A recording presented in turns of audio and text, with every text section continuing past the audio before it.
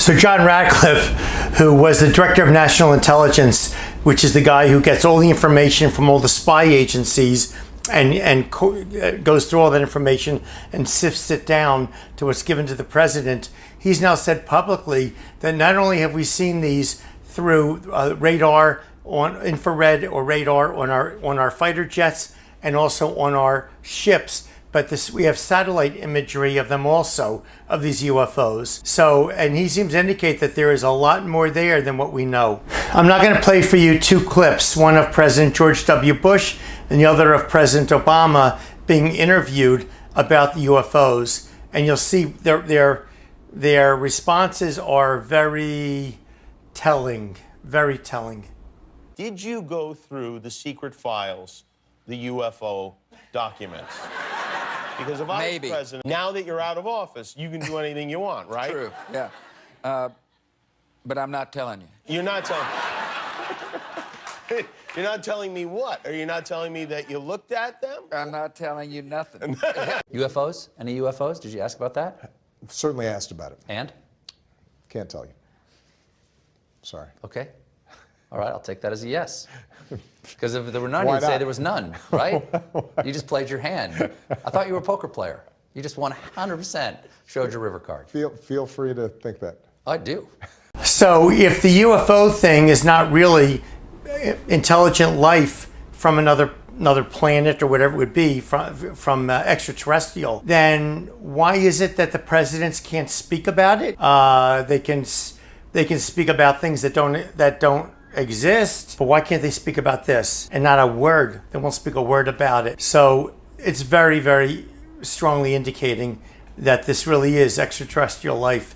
Now, when the report comes out from the military, don't expect them to admit that, at least not to the public. And whether they've really made contact or not, I don't know.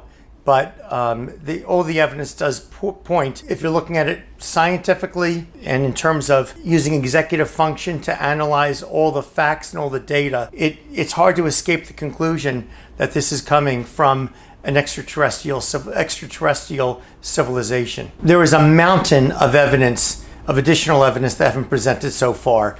And many of these things, you can just go yourself on YouTube, you'll be able to find them. For example, commercial pilots flying, big jets with hundreds of passengers on board, their discussions with the traffic control towers are recorded. There are thousands of those recordings where commercial airline pilots are reporting seeing these UFOs flying and doing things that that don't exist in terms of humanity's ability to fly people, no matter what the situation is, whether it's a rocket ship going to outer space, whether it's a space shuttle, whether it's our aircraft. They acknowledge these things are not normal. And in many of these commercial airline conversations, you hear the pilot being very reluctant to say what they think they just saw, because they don't want to be considered a kook. Because there have been so many kooks involved. Kooks, people are nuts. People are just saying crazy things involved in the area of UFOs, because there's been no official government or responsible person acknowledgement of it. So it's been able to attract a lot of people who are just conspiracy theorists or have other psychiatric issues. But that's no longer the case now. That is no longer the case. The Pentagon presidents, the data you can see in front of you, people who have left the military, used to run the organizations there that looked into UFOs, it's all pointing towards that this is extraterrestrial life that these are coming from. Now, there's a lesson to learn here, not just regarding UFOs, but also in terms of life, in your life. There will be opinions that are held as the official opinion, what everybody thinks. It takes a tremendous amount of inner emotional strength to be able to look at the data and see if the facts are pulling you towards a different understanding. Most people will not do that. Most scientists will not do that. They all want to just be part of the group. They just want to play along. They don't want to put their necks out. They don't want to take a chance on losing their pensions or losing their careers, and they won't go the way the facts go. But the people that have made differences major positive differences in the world are willing to, not to steal a line, but go where no one else has gone before. They're willing to think or able to think outside of that confined dogma or that box. Now, there can be it takes a tremendous amount of intellect, raw intelligence, in order to understand the mathematics and the physics that are involved with all of these advanced physics theories that I told you about previously. But the quality to be able to look beyond those that an Albert Einstein had and others have had through history here or there, and to create something new, is a different quality than pure intellect. It's a quality of a creativity, and it's a quality of having enough of an emotional security within themselves that they're willing to speak out when they see that the emperor, the emperor has no clothes, if you know that parable. There's I was going to call him a famous physicist. I would call him a popular physicist. He's well known. He's writing books now, and he's showing up on talk shows. And he says, if this UFO thing is true, and we have so many people with cell phones now, then how come we don't have an actual picture of them? So this is just the type of thinking that just doesn't want to rock the boat, just wants to make his career, doesn't have the ability to think beyond what just the standard way of thinking is, and everybody's just marching to the same tune. What does he mean he wants to see pictures or videos? Almost every single thing in physics we can never see. We only see through instruments. That's how we do most of the research in physics, the actual experimental research. You never can, like I said, you can never see an atom. So he's willing to trust instruments showing him things that through mathematical equations and manipulations we then say means that particles look like this or that, or the structure this way or that way. But when you have Navy and Air Force fighter jets with their fight controllers and their target lock-ons and the videos from the ships and all the other people that are involved in intelligence in the military or the presidency, indicating that these are aircraft that have nothing to do with the United States or nothing to do with humanity, he can't go there. That's not because he isn't a brilliant physicist, but it's because he's not the type of physicist that can be that once in a generation or a couple in a generation that can actually make a change in the way we understand things. He can plow forward with what we have, but it can't change in a new conceptual direction. And here's the problem with that. Through the history of science, every theory in physics has been overturned eventually and replaced by a better theory. As a matter of fact, I told you the two foundations of theoretical physics now are quantum mechanics and general relativity. And both of those do not agree with each other at an atomic or subatomic level. So at least one of them has to be wrong. And physicists have been working on something called string theory, assuming that all of matter is just the little strings that are vibrating. And string theory can bring quantum mechanics and general relativity together. But the trouble is, it exists in so many dimensions.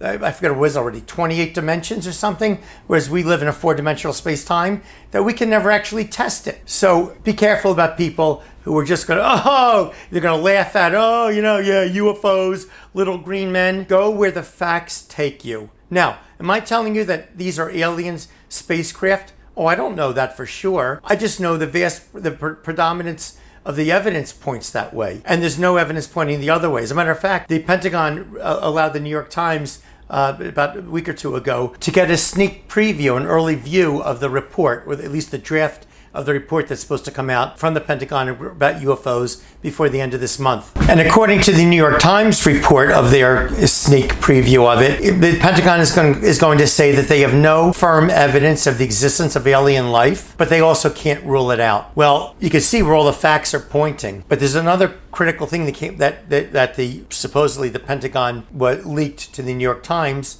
and that is that these UFOs, which they call UAPs, in Pentagon jargon, are not American. They are not they're not some type of United States new secret technology on ships that can do these things, which is not surprising because these are not to use a pun, but like light years ahead of anything that we know of. But when the United States says these are not American technologies, then what are the other choices? Is this Russian technology or Chinese technology? They're the only ones who would have the capacity to leapfrog the United States by a couple generations or I don't know how many generations of technology. Well, if it's them, if it's China or Russia, then there should be no competition anymore. They should be dominating us. They can just come and deactivate our nuclear facilities and just completely militarily dominate us. It's not coming from them. This is extraterrestrial.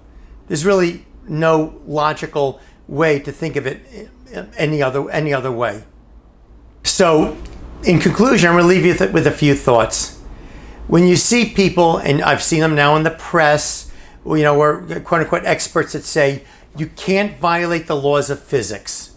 Now, I'm leaving religious aspects aside. It's true, you cannot violate the laws of physics, but that doesn't mean that the laws of physics that we think we know are the correct laws of physics. And as I told you, any theory on something you can't observe, right? You can observe, as I started out with in medicine, 500 people with pneumonia getting the drug, 500 not. You can observe, but when you go to things that you can't physically observe, and you're just using instruments to observe and then make theories of them, every theory has always been overturned by a better theory in the future. So yeah, you can't violate the laws of physics. Well, that's right, but you don't know that the laws that we have are the correct laws. And let me just propose some ideas. Now understand, I'm throwing these out there as just ideas qualitatively. There is no value to what I'm saying. There's no legitimacy to what I'm about to say to you, because I don't have a whole mathematical structure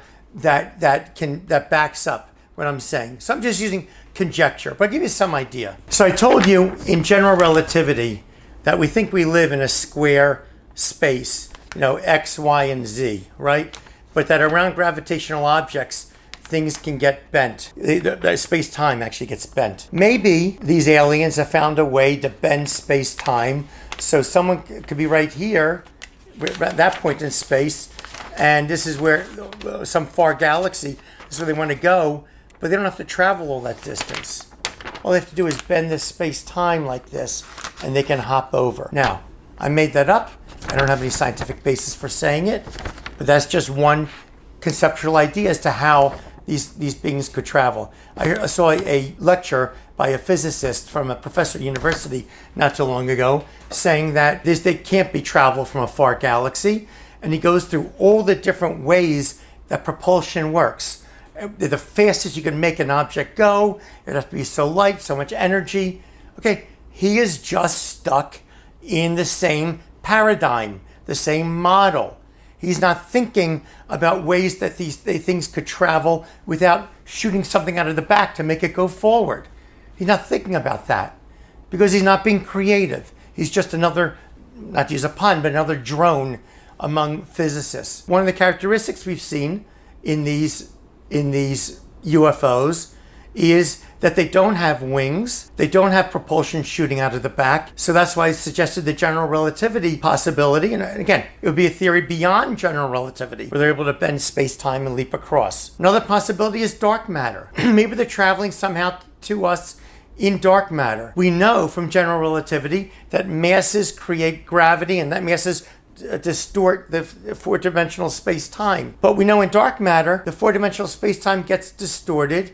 There has to be matter there, but there's no matter there. So if somehow they've conquered how to have matter that is able to conquer gravity, create gravity, and yet have no matter there that gets pulled by it, then maybe they're able to, through that way, able to travel through dark matter, however that works, and end up here without traveling as we think of it. You go into a store, you got to go drive 2 miles and make all these turns. Maybe there's some way in dark matter to jump. So what I'm trying to say about dark matter is, we know from Einstein's theory of general relativity how much mass had to be there in that area that's bending the light that astronomers can see with telescopes. And most of the mass that has to be there isn't there. So scientists say the mass is there, we just can't see it. That matter is there, we can't see it.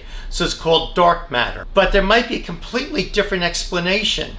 Remember, every major scientific theory has been overturned through time by a better theory that explains everything that is explained and more. So we're assuming that Einstein's theory of general relativity is correct.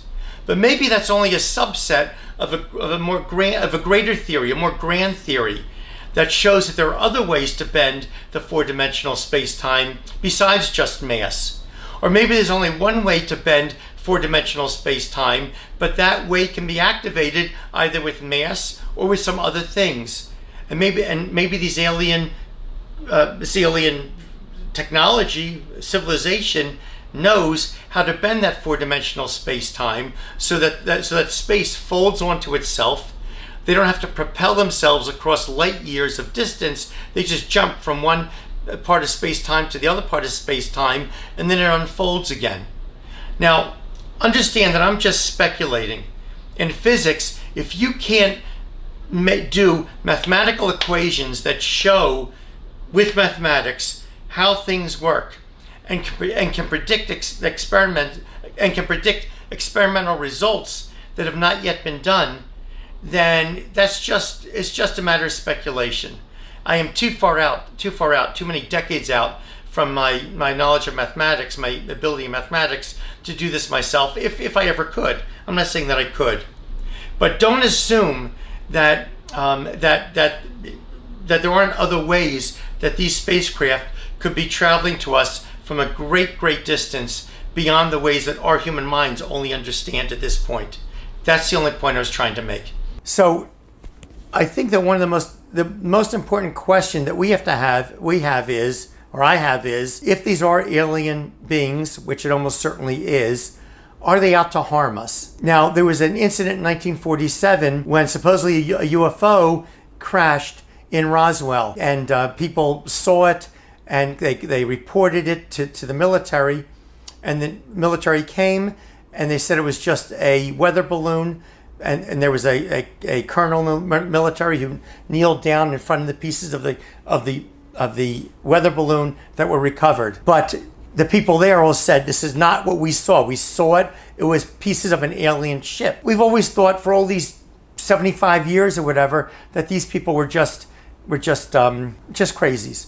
They're just making it up, attention seekers, whatever. But now the colonel that posed for that picture, who's now an elderly man, has come out publicly and said that the weather balloon that we saw, pieces, is not what was recovered. He said that he was ordered by the senior brass on top of him to pose with his these weather balloon pieces, say that that's what it was, and never speak about it again. And he's coming out now and saying that's not what it was. What they recovered was something else, and it was not from this earth. These things keep happening from legitimate people high up in the military. So my biggest question is, do these alien ships interact with our physical being, our physical world? Can these alien ships jump or make that transition from whatever they are, where they're able to go through water, air, to outer space, and it's like nothing touches them? They don't have to push backward with propellant in order to move forward. Is that them moving, for example, through dark matter in some way that they can't interact with us physically? If that's so, then we don't know what their intentions are. But if in fact they are appearing in our sphere of existence as physical beings, in other words, you think so, when the radar can lock onto it, and the radar is actually a type of electromagnetic radiation, but there are many other types of sensing equipment that's used to detect these things in these pictures that you've seen. And if it turns out that they have been physically here at least as early as 1947, and maybe for hundreds or thousands of years before that, if that's true, then obviously they're not here to destroy us, or we'd already be gone, and that's good news. So I hope I gave you some ways to think about and understand better science and the experts who will scoff at something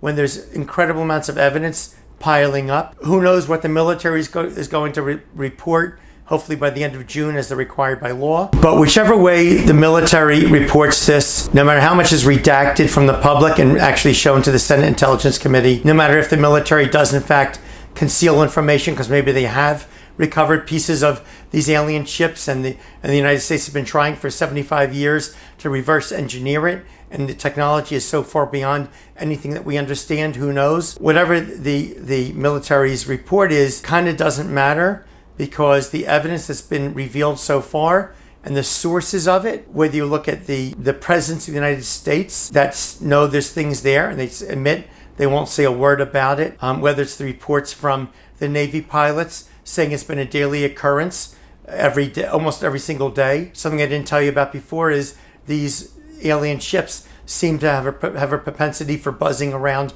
our nuclear facilities. There are nuclear warships, both here in the United States, Pacific or Atlantic Oceans, also on foreign excursions, also for foreign powers. Whatever the military says, it really does look like there is alien life. It's highly intelligent, it's highly advanced, and we are possibly on the cusp of actually interacting with them.